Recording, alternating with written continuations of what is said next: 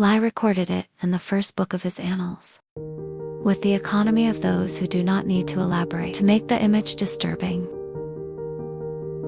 It was the 14th year of our era. Augusto had just died. In the Pannonia camps on the banks of the Sava River, the legions that had served faithfully to the first emperor of Rome for decades took advantage of the confusion of the succession to do what they had never been able to do in their lifetime: say openly what they thought of the conditions under which they served. Pannonia mutiny is one of the most important revelations of Roman military history, not because of what the soldiers were asking for, fewer years of service, the abolition of the most arbitrary punishments pays better, but for what they did before filing any lawsuit, before drafting any specifications, and before sending any messenger to Rome.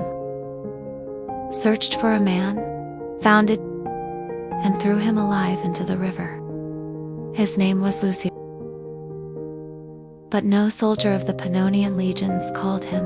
Lucilio was called by the nickname he had earned in years of service, with the consistency that I proclaim, considered worthy of being preserved in Latin for posterity.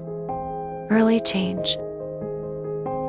"Give me another one," was the phrase that the centurion pronounced when the vine's cane, which he used as a symbol of his rank, was broken against the back of one of his men. Not as an X of frustration, as an operational request. The broken cane did not mean that the punishment was over. Meant that he needed another instrument to continue it. Silk death altars was for the soldiers who executed him more urgent than any negotiation with Rome, and it is more urgent than the arrival of the Drusus himself, the son of Tiberius, sent to quell the revolt. Even more urgent than any promise on the future of their terms of service. That level of priority is the first piece of information that should be held and carefully examined. When the system machinery relaxed for a single moment, the first collective action of the legion, it was not politics, was personal and went to Moscow. What this reveals is not the cruelty of the Roman armies, not one anomaly of the psychology of accumulated resentment, which reveals is the answer to a question that is rarely is formulated with the precision it deserves. Who was the most feared soldier in the entire Roman legion? The instinctive answer goes in the wrong direction. Goes to the battlefront looking for to the figure that could cause the most damage on the other side of the line. And if it bends into the Roman army, usually dwells on the most visible figures from outside the institution. The gladiator trained to kill as a spectacle, the praetorian who slept next to the throne, the general who decided, with a gesture, the fate of entire provinces. Wrong. And it is worth disassembling each one, because every disassembly opens a deeper layer of actual functioning of the system. The gladiator first. The confusion is understandable. Was the most visible figure of violence in Roman culture. The single combat professional that millions of citizens paid to watch in the amphitheater. But the gladiator was not a Roman soldier. Was in most cases a slave. Whether a prisoner of war or a condemned person, or a free man desperate enough to sign the contract of the lanista who ceded to him the right to be whipped, chained or dead. The gladiator fought in the arena. The legionnaire fought in the world. Their worlds were not touched. The terror of the show was controlled and had a schedule. The terror at hand here was institutional, everyday life, and did not require an audience. The second praetorian. The Praetorian Guard had a demonstrated capacity to make and undo emperors. But he was a figure of the capital and the palace. His service was more comfortable than that of the legionnaire in the field, your higher pay. And its relationship with power was that of an instrument of political intimidation, operating in the space of the senators and rivals to the throne, and the legionnaire in the ring, or on the Danube. The Praetorian was so relevant to him in his daily life, as the result of the races at the maximums. What mattered to him was what was in front of him. The store across the street, the formation of the dawn, the man with the vines cane I knew by his name. The third general, the legatus legionis, commanded between 5,000 and 6,000 men, and inhabited a world physically separate from the common soldier. The headquarters store, the company of the tribunes. The legate could decree the decimatio, every 10th man, of a cowardly unit executed for the remaining 9. Tacitus and Livy mention cases showing that it was not only a theoretical threat, but that of semitio occurred under exceptional circumstances, separated by generations, and, in the terror that sustained the daily discipline, did not operate on that scale, operated on the guard post scale of the third vigil and the 8 men in the tent at dawn. The most feared soldier of the entire Roman legion was the man who had authority and restricted over the body of each legionnaire under his command. Every day, with virtually no injection mechanism available, the man who decided when you slept, which corbia you executed, what position you occupied in combat formation, and that I carry in my hand, the instrument that the Roman state had legitimized as the symbol of its rank, was the centurion. And to understand exactly what that means in this context, the object that was carrying there was a level of immediate consequences. This was a wooden vine cane of approximately 6 solid 9, i.e. at the handle, then at the tip. Was not a combat weapon, was the oldest and most recognizable rank symbol of the Roman centurial system, so codified as the legionary or the standard of the cohort.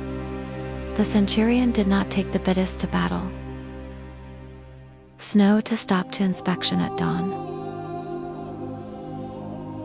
When the men formed in silence and he walked through the line with calm of those who do not need to raise their voices, because vitus performs the same function more efficiently. The right to physically punish men under their command was not a tolerated abuse of the Roman system, was the system. The centurion had legal authority to hit any visual legionary that distinguished the legionnaire in service at any time. For any infringement, I deem sufficient. Poorly maintained equipment, no incorrect position in the training, the late greeting, the task executed with what the centurion deemed insufficient diligence. There was no Trajan monoxen form to fill out before acting. There was no witness required. There was no challenge procedure within real scope of the man standing in front of him. Vecchio, in its military meltdown, describes the centuria as the operational unit fundamental of the legion. 80 men under a single commander, with total authority over their conduct and performance. The military papyrus of Egypt and the records, Rhine fragments, centurions competition, cut documented. Corbia's allocation license control. Distribution of combat positions, ration supervision.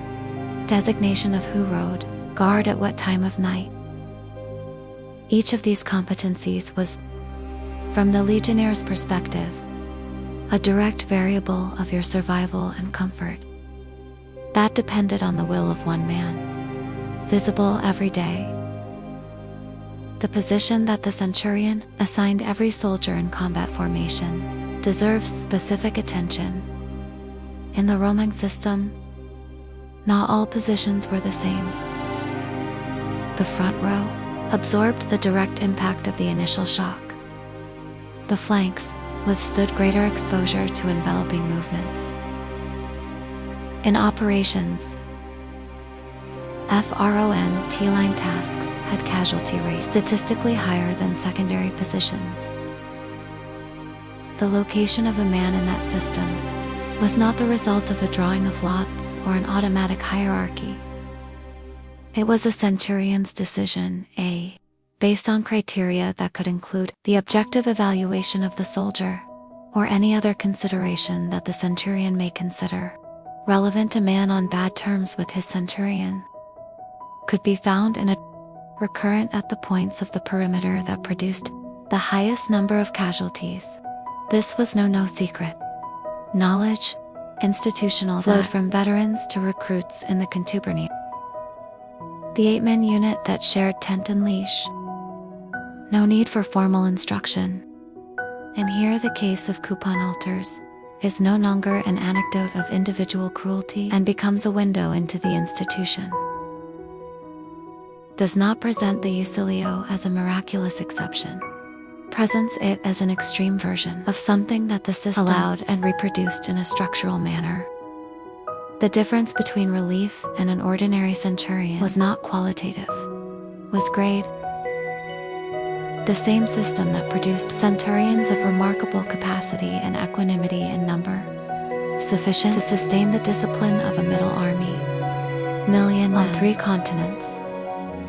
It was the same system that produced a Kio, the same authority structure, unrestricted efficiency enabling, exceptional of the legions, was the one that made it possible for a man to construct a nickname based on the frequency, with breaking sticks on his own soldiers.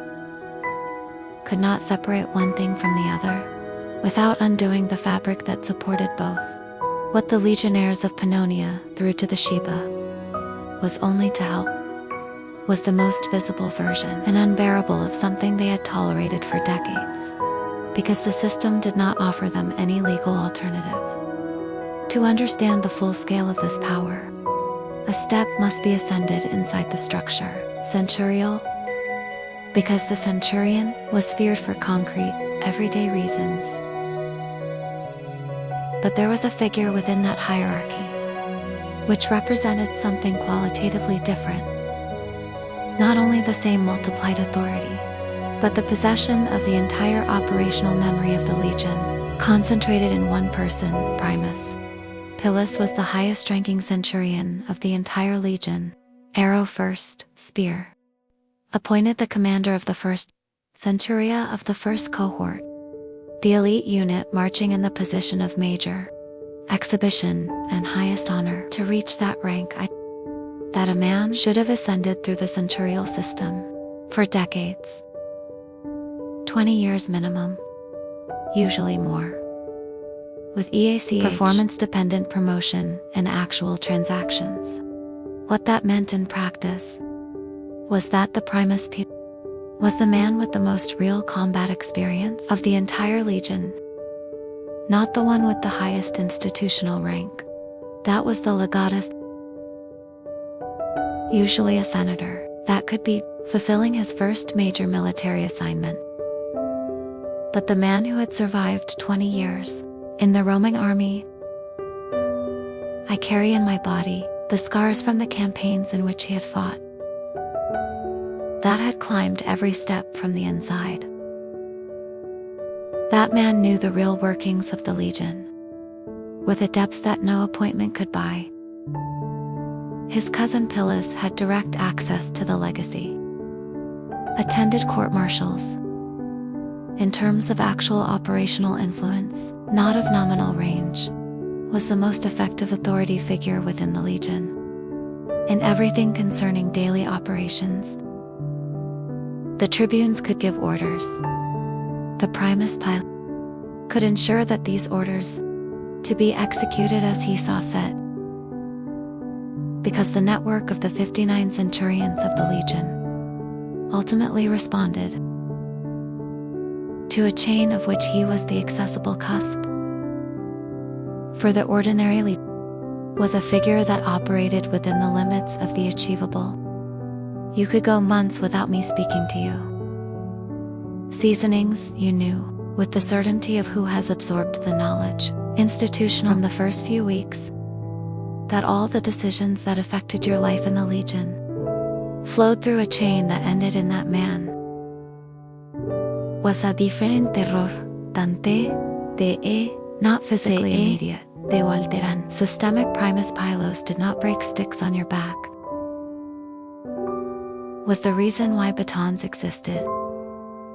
But there is one third figure that complicates the picture in a way. Fundamental, because the centurion and primus pilus were fears with a face, with vine's cane, with a position in the chain of command that any soldier could locate. The terror they produced was in a certain sense administrable. Had an address, you could measure their proximity, and you could, at the best of times, do things good enough to keep you out of the visual field of man with the fitus. The fermentarius did not have that courtesy. The original term designated the soldier responsible for the procurement of grain, fermentum for the army in campaign. Such an ordinary logistical function that no one would have lent him special attention. But sometime in the 2nd century AD, the title ferment began to designate something completely different. The intelligence agent, operating under direct orders from the emperor or the prefect of the praetorium, civil dress, moving freely through the provinces, the camps and cities of the empire without uniform, without vine's cane, without visible position in any formation in that the system was consolidated. Adrianoan reached its greatest Azerbaijan under the emperors of the Severe dynasty. In that period, the Frumentarii had a permanent operational base in Rome. The pilgrim castra on Mount documented in archaeological records, from where they coordinated networks of agents distributed throughout the empire. IT's function was to collect information on the loyalty of officers, the actual status of the unit, political sentiment in the provinces, the behavior of individuals who had awakened interest in Rome, and send it by channels that did not go through the knowledge of the regional middle management of what that meant to the ordinary soldier. Was something Herodian describes as disturbing economics. No one could know for sure if the man with whom chatted in the next to the barracks would report that conversation, if the traveler sharing in on a different mission to which his safe conduct indicated. The frumentarius could have been this regular customer, the messenger in transit on merchant who frequented the market next to the border camp. IT's function created not only surveillance, radical sin, and radical repression sustained over time, produces an effect that the control system's direct coercive cannot replicate. The soldier who moderated their conversation, not because someone was watching him at that moment. Nexus, because the cost of assuming that no one did it was too high if it turned out to be wrong. Dion Cassius, senator and historian whose career took place during the apogee of the system under severe describes the frument with the discomfort of those who lived in that environment. Men who could be anywhere remitting information ROMA through channels that did not pass through the chain of command. Regional. The power of the fermentarius was not physical, did not assign combat positions. His power was epistemic, controlled what Rome knew about you. And in a system where that information reached the emperor, entry by agents whose careers depended on appearing useful, what Rome knew of an individual could have very little relation to what that individual had actually made. And Diocletian abolished the fermentari in a formal manner around the year 284. Its justification preserves a remarkable franchise. The system had become not because he failed in his intelligence function, but because the terror it produced was greater than the utility it delivered. Diocletian immediately replaced them with the agents without rebus for deliberately vague that it was in practice the same mechanism under a new name. The need that the fermenters satisfied did not disappear with the decree, only changed name. The fact that replacement was necessary on the same day of abolition says something about the nature of the imperial system. Rome required to operate on the scale it had reached. An internal surveillance mechanism to operate from inside the body he was guarding. Demo centurion with Bitus was the visible layer. The fermentarius was the invisible layer. Together covered the entire space of managed that the victims of the institutionally, fear of the body and fear of words. Consider what that meant for an ordinary legionnaire in the Rhine in the 2nd century. To your right in the formation of the dawn, there was the centurion who could hit him, without anyone preventing him or asking for explanations. On the horizon of his career was the figure of Primus Pilus, whose presence in the mirror of their peripheral vision produced an overload, instinctive posture that did not require conscious thinking.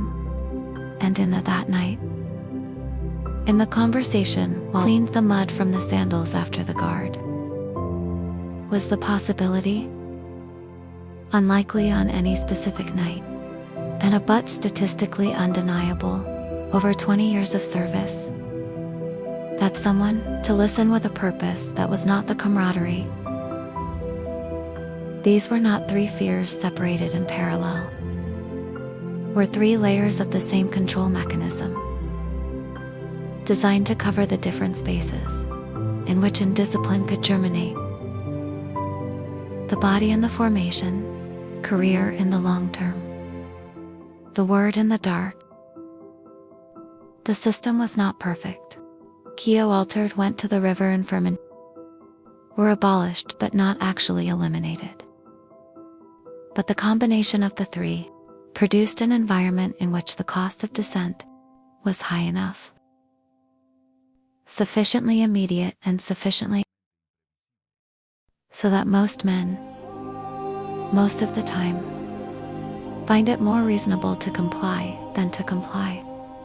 Polybius, writing in the 2nd century BC about the Roman army who had observed during his privileged captivity in Rome, noted that the Roman discipline was structurally different than that of any army that had supported.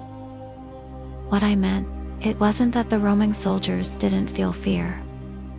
Polybius was too rigorous for this simplification. But that the system had built around fear, an architecture so dense that fear had no room to become the thing that destroys.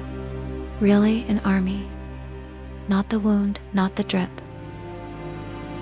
but the moment when a man looks around in chaos and discovers that there is nitrogen monoxide, one who knows where he is.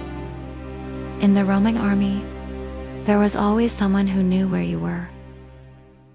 El centurion who had looked at you in the formation of the dawn is not the Primus Pilus whose chain of authority was your sentry. The man who may have taken note of what you were saying. It was not trust, was surveillance geometry, and that geometry was sustained century after century on three figures, two visible, one potentially invisible, whose simultaneous existence made the system work with the consistency of that no army from Rome could replicate. Lai closes the relief episode with a goal that deserves final attention. After the death of Chio Eltram and the arrival of Druze to negotiate an end to the mutiny, the system was not structurally reformed.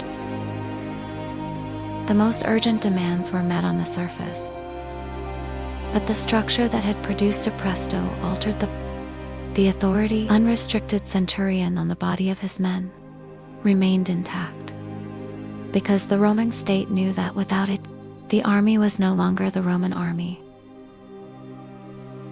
That permanence is the final fact that the case illuminates with a clarity that no treaty of military organization replicates. The most feared soldier in the entire legion was not an anomaly that the system tolerated, was the purest product of its values and action. An army that had decided to, generation after generation, that the price of its efficiency was that specific level of terror administered from the Netherlands, and that the price was worth what I bought. Hundreds of thousands of men maintained an operational cohesion on 3 continents for 500 years, under conditions that would have disbanded any other military institution of the ancient world. Engineers studying organizational doctrine continue to return to the Roman legions as a model of cohesion under extreme pressure. Logistics, engineering, training tactics, and what they rarely highlight, because it is more uncomfortable in the face of contemporary categories of leadership, is what held everything else. The man with the vines, Cain, in the formation of the dawn, the figure of Primus Pilus on the horizon of any race, within the institution, and the calculated probability of not knowing with certainty who took note of what was being said in the that was not leadership, was architecture. And that architecture was called when it had a name: early change. Which form of control do you find most sophisticated? The direct and unrestricted authority of the centurion with its vitus alone, invisible fermentarious surveillance that could be in any conversation? Leave it in the comments. And if this look inside of the control system of the Roman army changed what we say on how Rome developed the discipline for 5 centuries, subscribe to the channel. Every week, we answer a specific question about life, daily life in Rome, the Vatican, and the ancient world. The next one is already waiting.